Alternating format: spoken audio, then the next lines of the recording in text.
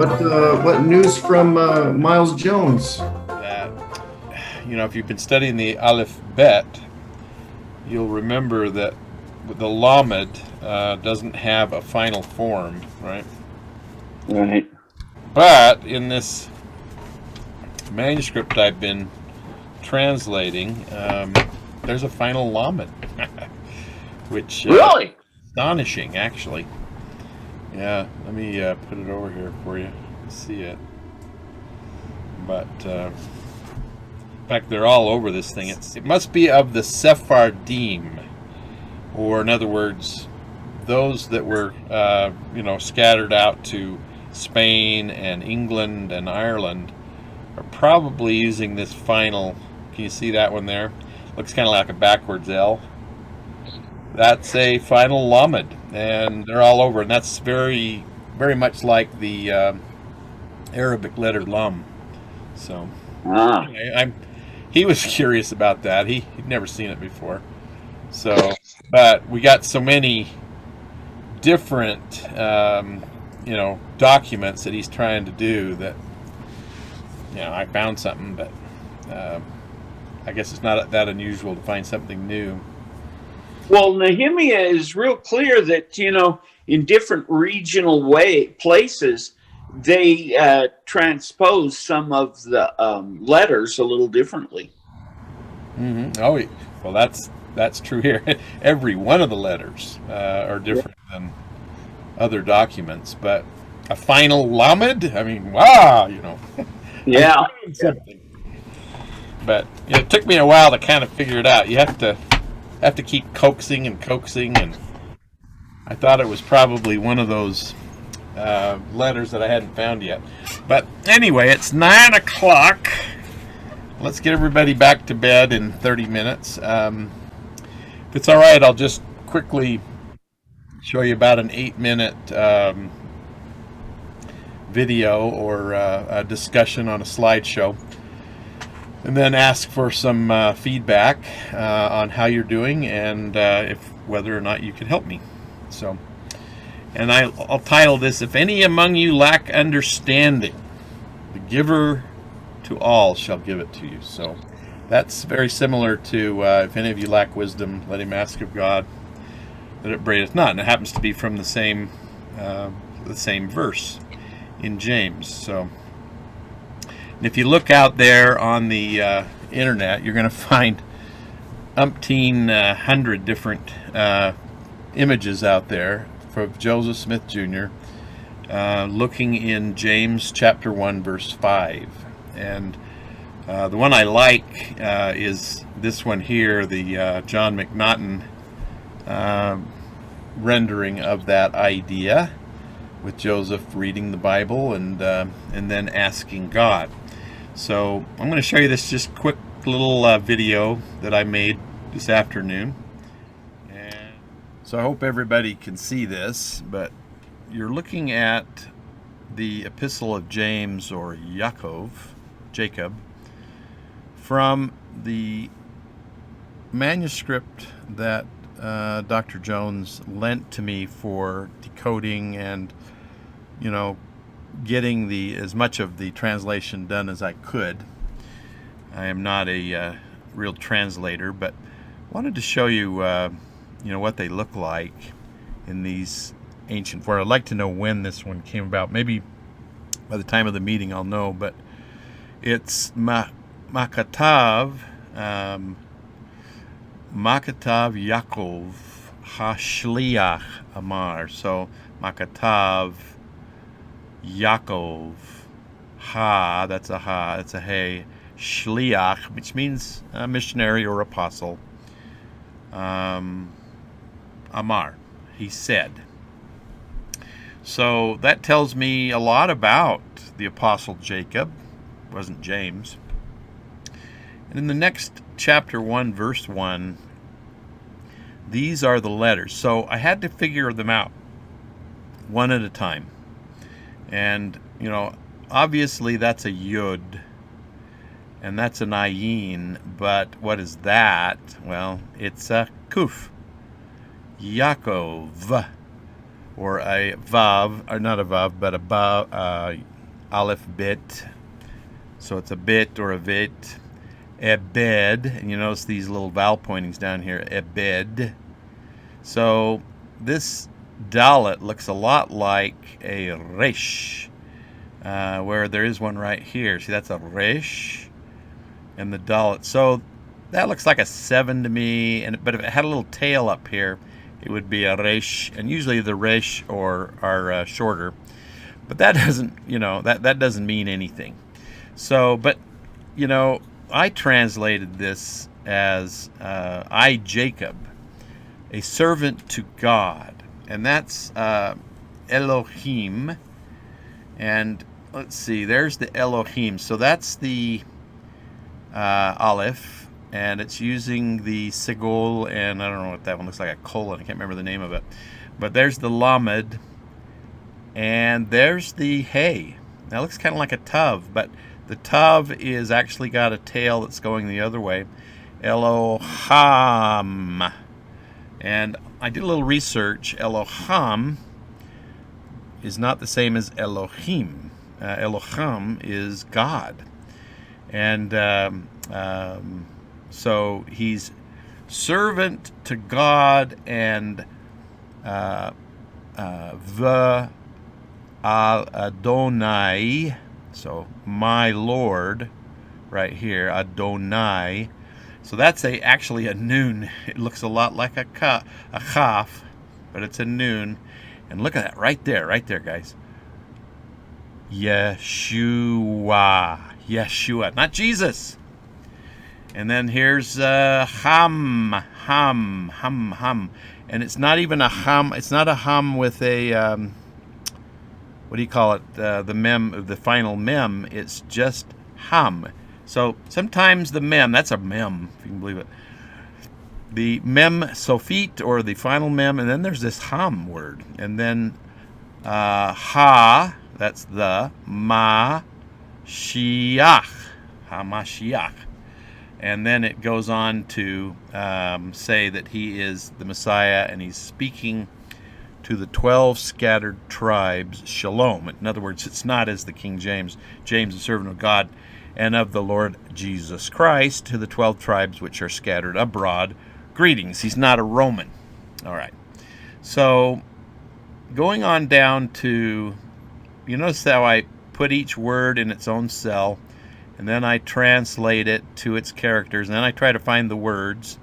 Sometimes I go for, where in the Old Testament it's used.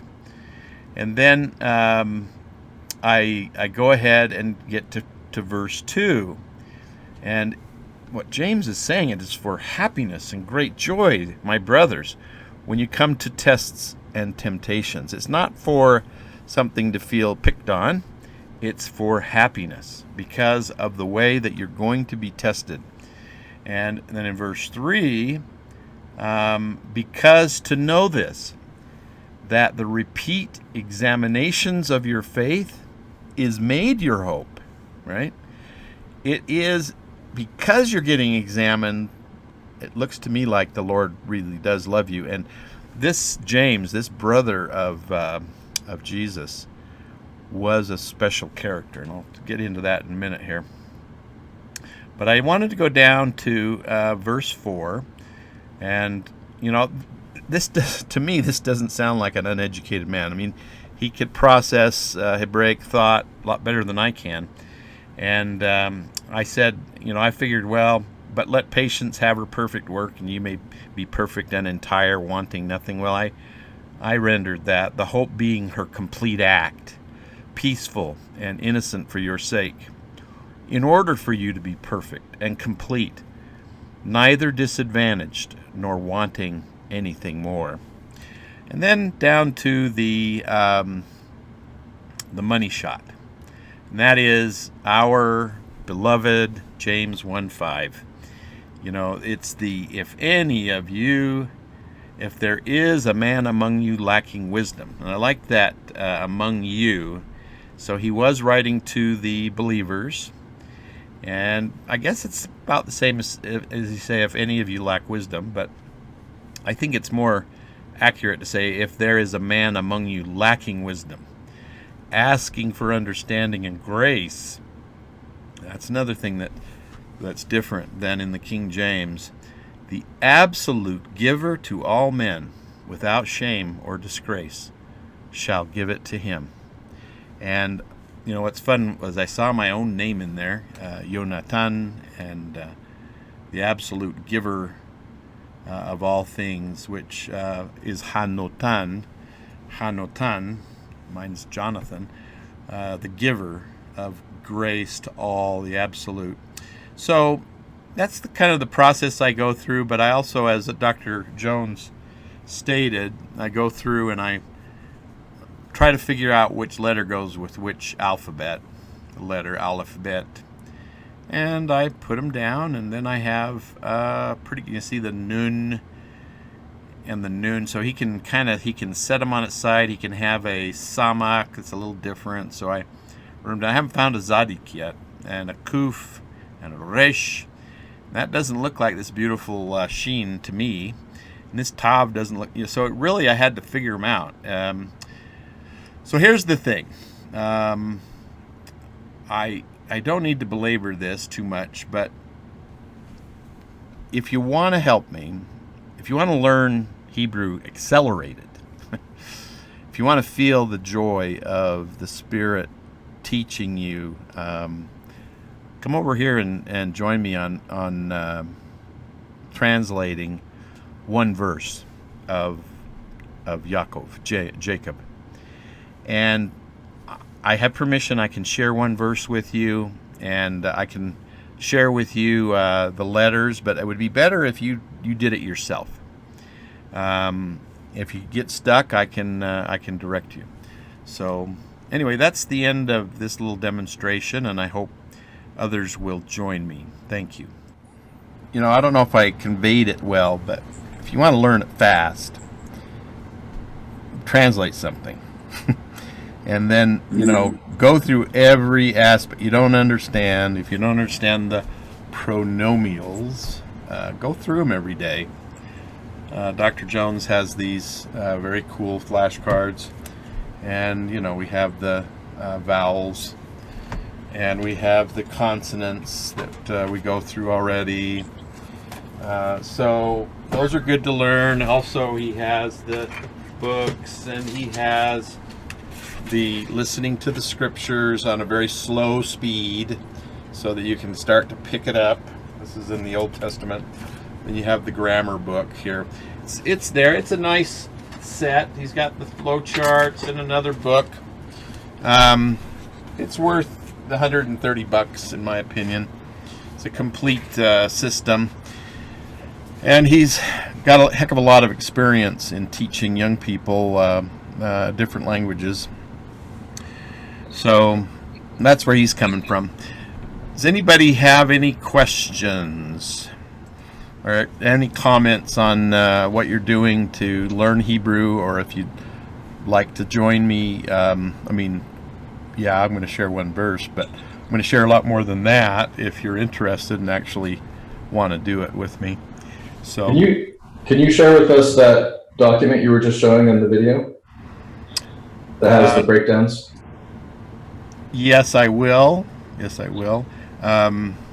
In general, I can't share it without, the prerequisite. You can't, publish, because we're actually assistants to Dr.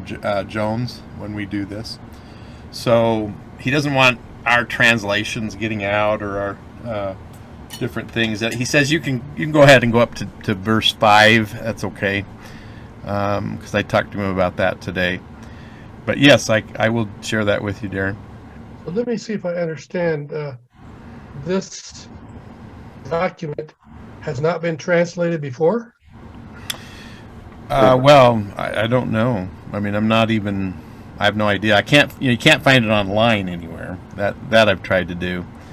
I've digitized it to. And it comes from where? Well, now that's an interesting thing. It's actually, let me share my screen again. I was learning about James, but I don't know very much Latin. less Latin than I do Hebrew. But here's the, if one of you wants to learn a little Latin, that'd be nice too. But you remember I don't know if you watched the video from Dr. Jones last week where he read the story of the Celtic Church. Well, the origin of the Epistle of James is he's writing to this friar or this clerk. He's writing to the king of England, France, and the Lord of Ireland, and the Catholic faith of the Sephardim. And I can't coax out all the words in here because there's some ancient words that I just can't find. You can't go to Google Translate. But I can find every one of the words in ancient documents that are online that Google has done. And so what I find interesting is that this document was written down and it was carried up through the Sephardim, or up from Jerusalem up to Galatia, and then on up to Britain and Ireland and Scotland. This comes from that part of the scattered diaspora of Israel, and it's probably Jewish origin, as we saw with the naming of Yeshua. It is definitely not a translation from Greek, as Dr. Jones postulates. He's also going to tell us that, and I haven't found it yet, but when I do, I'll show you that when James uses the name or the word the law, he's really using the word Torah. And so when we're open to that idea, when we're taking ourselves out of that Greek mindset that we inherited, we're going to start to see our heritage come out as Jewish and as Israelite, depending on which branch of the diaspora we're from. And if you're like me, I've got both. Definitely, I've got northern diaspora, and I have that western, I don't know what you call it, Galatia, Ireland, Scotland. That's my dominant branch. But I think that this document, to answer your question, is coming from that western front, and it traveled its way in time to where the British Museum now houses it. And that's another huge clue. Now, it's also versified, and so that's been normalized. And so you'd have to say within the Catholics that versification was normalized, even if they did have a Greek copy of this that we now have in the King James. I don't think the King James was translated from this document, but I don't know. So, well, that's if I not could really my add thing. something. Go ahead. Dr. Jones said that he got copies of a lot of his documents from the British Museum, as Jonathan stated, and that he had over 1,000 or 1,500 documents that have not yet been translated. That's why he's asking for the help. And so this is a document that came out of the British Museum with a bunch of other documents that he had discovered, meaning the Doubting Thomas translation of the whole scriptures. But this is one India. of, well, it was found in India, but he found it in Britain, the copy that he found. So the thing is, he collected a whole bunch of documents, and so some of these have been in the museum for hundreds of years, but no one has been interested in them. And he and Nehemiah are starting to collect these documents, so it's more than likely we are some of the first to really look at these in depth if we choose to. Yeah, and once they're, if you noticed, my process was to figure out what letter they were and then to convert them to digital Hebrew, or in other words, be able to search it. And this alone will advance scholarship in the field of the Hebrew document, the Hebrew Gospels, and the Hebrew texts. And James, as I said, he was an interesting dude. A lot of people want to put Greek on everything, and they also of course, want to put the Catholic Church on everything, and that's their tradition. I don't want to denigrate them too much, but you can see in this image, James is very holy looking, and he's got the crosses on, and that's not very authentic in my opinion. Also, James was the bishop of Jerusalem. What's a bishop other than a high priest of Aaron? And he led that church. He and John and Peter definitely were the three pillars of Jerusalem. And that's where when Paul reported in, it was to James himself and Peter and John. And so, you know, one of the questions down through time was whether Peter, James, and John, the James, was James the Lesser or this James. And I kind of have to think it's got to be this guy, because he was the brother of the Lord. I mean, if you're a Catholic, you really don't want Mary to have other children. That's anathema to them. But for us, it's like, well, why not? Why wouldn't Joseph and Mary have other children? And you know that he could have had other children that were Joseph's before they married too. Definitely, that's part of the debate. Also, and there's not a real problem with that, is there? No, there's no problem if you just go either way. Brothers, you know, half brothers, as far as I'm concerned. Yeah. Wouldn't matter at all to me. But the gravitas of this guy is unquestioned. If you have the great decision of the circumcision,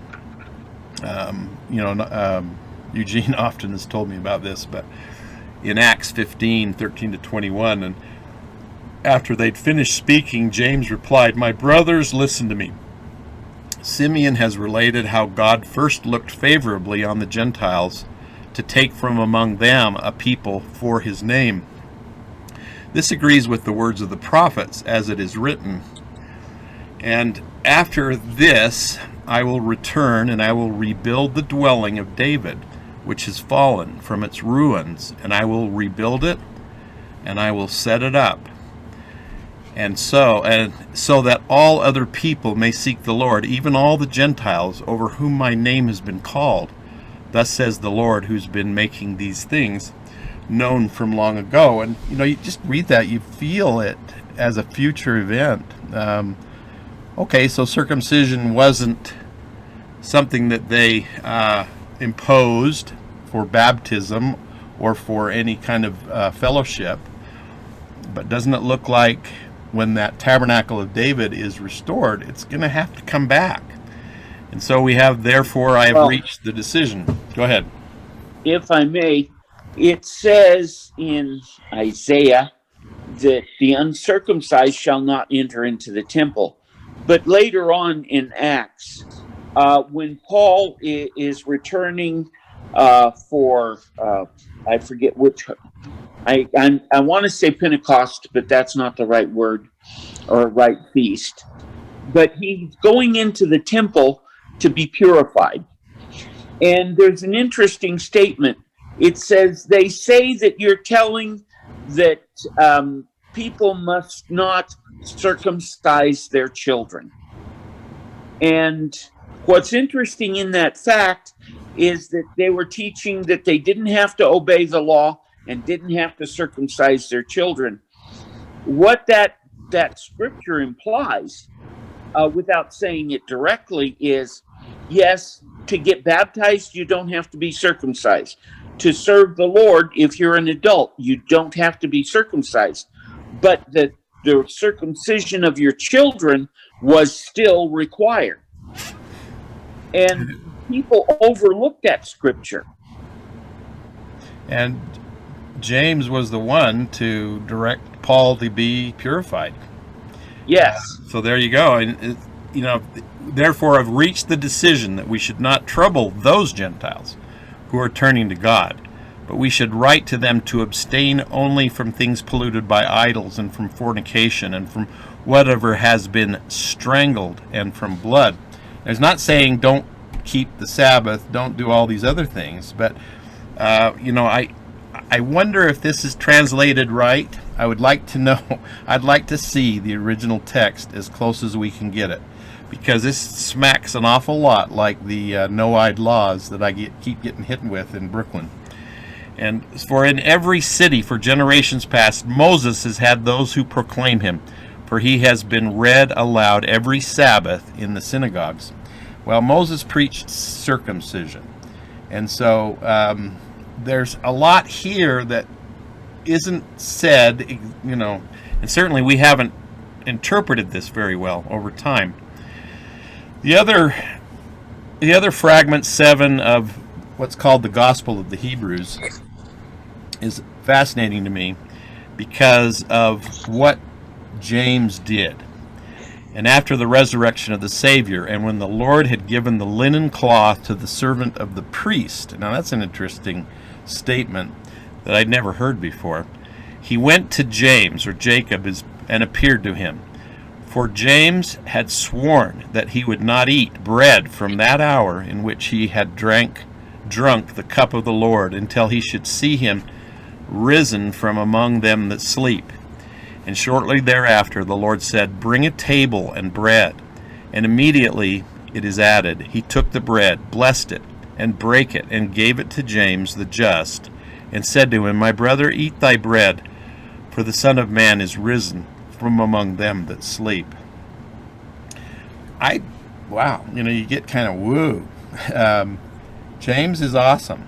And his death, they say, was the cause of the temple's destruction.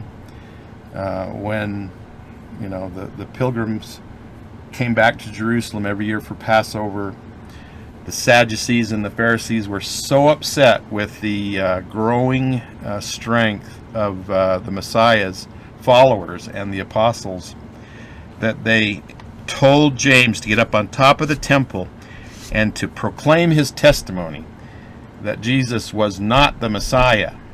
And so he went up to the top of the temple and told everybody, Jesus is the Messiah. Believe on him. And so that's when the priests went up and grabbed him and threw him off the top of the temple. And it didn't kill him, and he knelt and prayed for everyone and said, forgive them, for they know not what they do, similar to what Jesus said. And then a fuller that beat the colors of the dye into the cloth took his club and clubbed him to death. And then they also stoned him. And they erected a pillar from that day. And that was, Josephus didn't report that, but early church fathers repeat that in the Gospel of the Hebrews.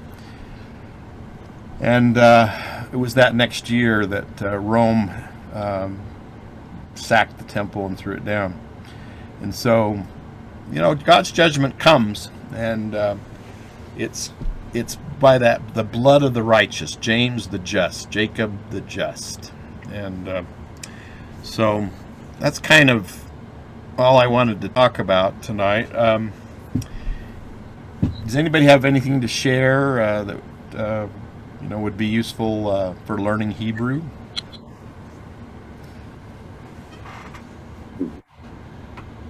Well, not for learning Hebrew, but one comment. Mm-hmm.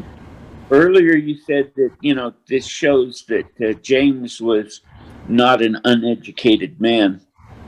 When Yeshua was brought the gold and frankincense and myrrh, that came in a wagon train is the wrong word, but in a camel,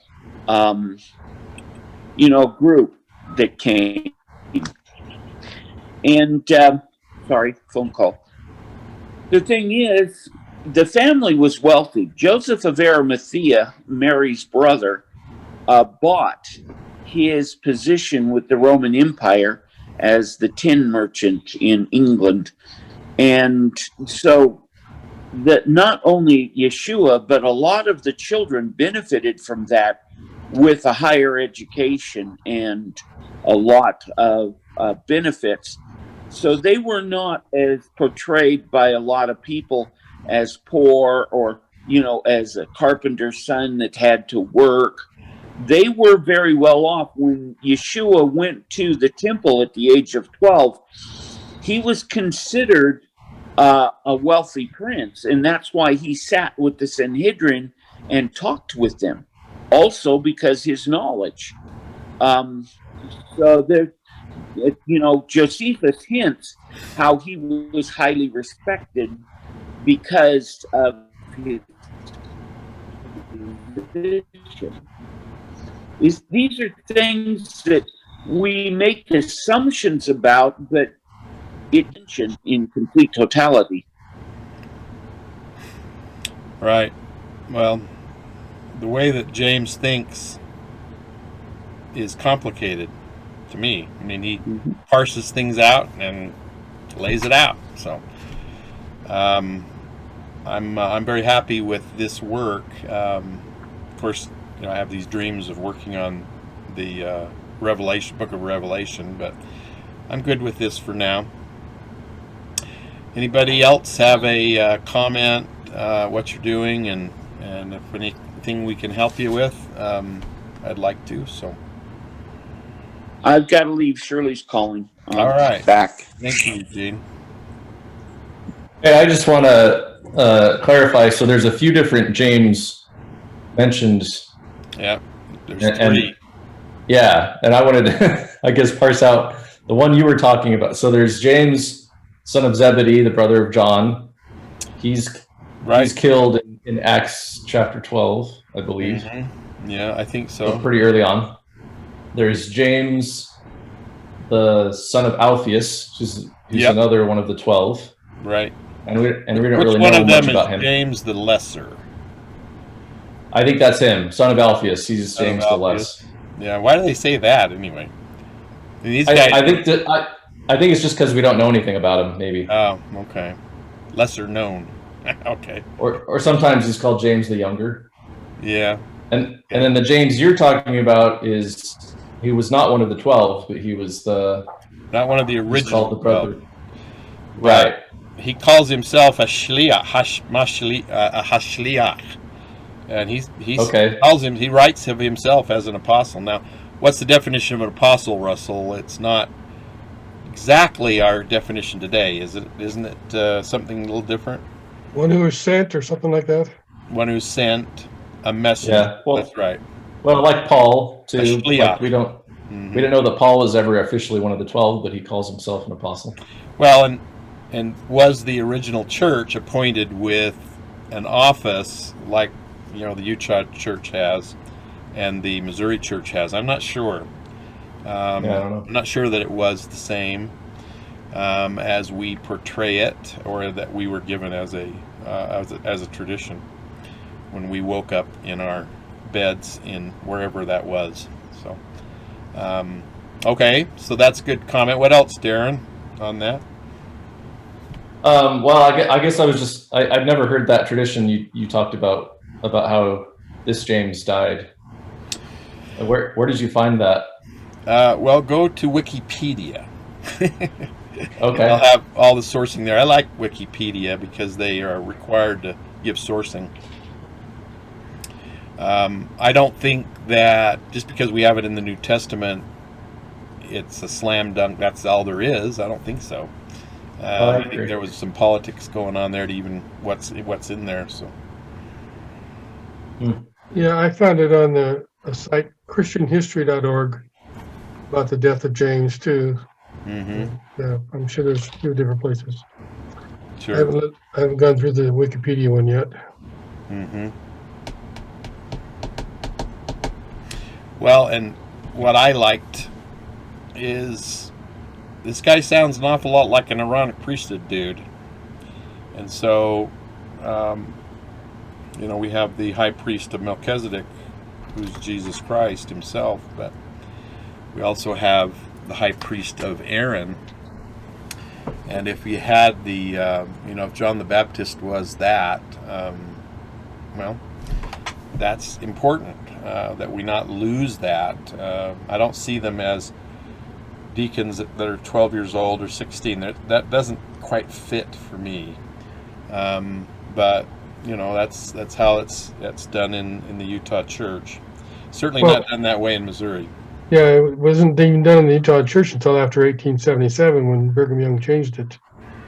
Well, actually, I've also read from Sunstone that Heber J. Grant just got disgusted with the old men that were doing it, and that became the automatic rite of passage Okay. that we inherited as young boys. But that's a completely different story. But I think it kind of fits into this, the priesthood and what was James's role as high priest of the Aaronic order, and therefore the bishop of Jerusalem, and therefore a shliach, or one that was sent, which is translated now as apostle. How does that change our thinking when we translate these documents and think about it? And that's the other point I wanted to really drive home, is when you parse out every word of a verse. Oh my heck, I've never thought of verses 1 through 5 in that way ever, because I didn't have to really think about it. It kind of could go in one ear and out the other. But now I have to think about it. So that's why I'd encourage you to join me. So. Yeah, there's a possibility that I might eventually do that. I don't know that I'm ready to do it yet, though. Okay. Very good. And what are you doing to keep yours going, your learning going? You asking me? Yeah. Well, actually, I was reviewing. I've got this course that I started trying to go through the vowel points with it. And in fact, I actually ordered the books that Darren had recommended. Okay, yeah. They should be here in a few days. Okay. So we'll see. Nice. Right, and you, I wish, Dr. Jones had gotten back to me a little sooner, but he was on hiatus at that moment, so. Yeah. How about you, Darren? What are you doing to keep things going? I'm off and on, but I do still try to read a verse. I'm trying to read from the Psalms Okay. in Hebrew. So you're And kind of then just doing the checking. same thing, yeah? A little bit, yeah. It's the block script though. It's not I forget what they call the other style of writing that's on the document you share. Epigraphs or the calligraphy, or who knows? I don't know what it's called. Yeah. Yeah, it's like script writing, I guess. But you never see that like on road signs or in books. It's all block script. So it's Yeah. just like having to having to learn two different alphabets almost. Yeah. Oh, for sure. And but I think it helps me. It's helped me learn faster, even though I've got two. In my mind, I'm translating from the block script in my head. So that's actually helped me. But the story Nehemiah Gordon tells is very telling, where Hebrew had become a dead language by 1900, or actually 1881, when Yehuda ben Yehuda arrived in Jaffa with his wife, and he told his wife, "We'll never speak another word of Yiddish again. We're going to speak Hebrew, and we're going to raise our children here." They were young married, and we're going to raise our children in the land of Jerusalem with that language. And they did. And eventually they had a boy and a girl, and so the boy would speak to the girl in the feminine, and the boy would speak to the girl. The boy would speak to the girl in the feminine, the girl would speak to the boy in the masculine, which I didn't know. And so in order for them to practice both, he got them a cat for the boy, or a dog for the boy, and a cat for the girl, the feminine. So when they would speak to the dog, they would speak in masculine. And one day the boy was in the street, and he called the dog to come here in the masculine. And the people of Jerusalem listened to that, and they thought, whoa, you can't speak that language. It's only for the temple. It's only for the synagogue. And they stoned the dog to death because he was not allowed to hear that. The dog was not allowed to hear that sacred language. Well, our traditions fall, don't they? And so 100 years is all we've got of actual native Hebrew speakers. When you listen to them, remember they're only 100 years out. That the language of being read from the synagogue and the language on the street in Jerusalem is far different already. And so whatever that one guy did, he started that fire burning and that restoration that has to come. And we're all under that same restoration movement of the latter days, when all things shall be restored. What do you mean 100 years? They've been speaking Hebrew for more than 100 years. Not on the street. And on the street. So it's only been since 1900. About 1900, yeah. Or 1920. Well, basically since Israel was reestablished is when it really took off. Yeah, but there were pioneers there, the Zionists. Remember, what's so bad about being a Zionist, right? That's what a Mormon would say. And we don't have many clues about things. We're not really sure why would anybody care that the Gospels were written in Hebrew? Well, it's kind of like a duh. They were written in Hebrew, but no. There's a big controversy about that. And if you don't say they're from Greek, you might as well say that Donald Trump was elected president. So it's about the same, depending on the, you can't say that aloud. Isn't that funny? But that's the kind of divide that it's created over the years, is whether or not it was Greek or Hebrew. So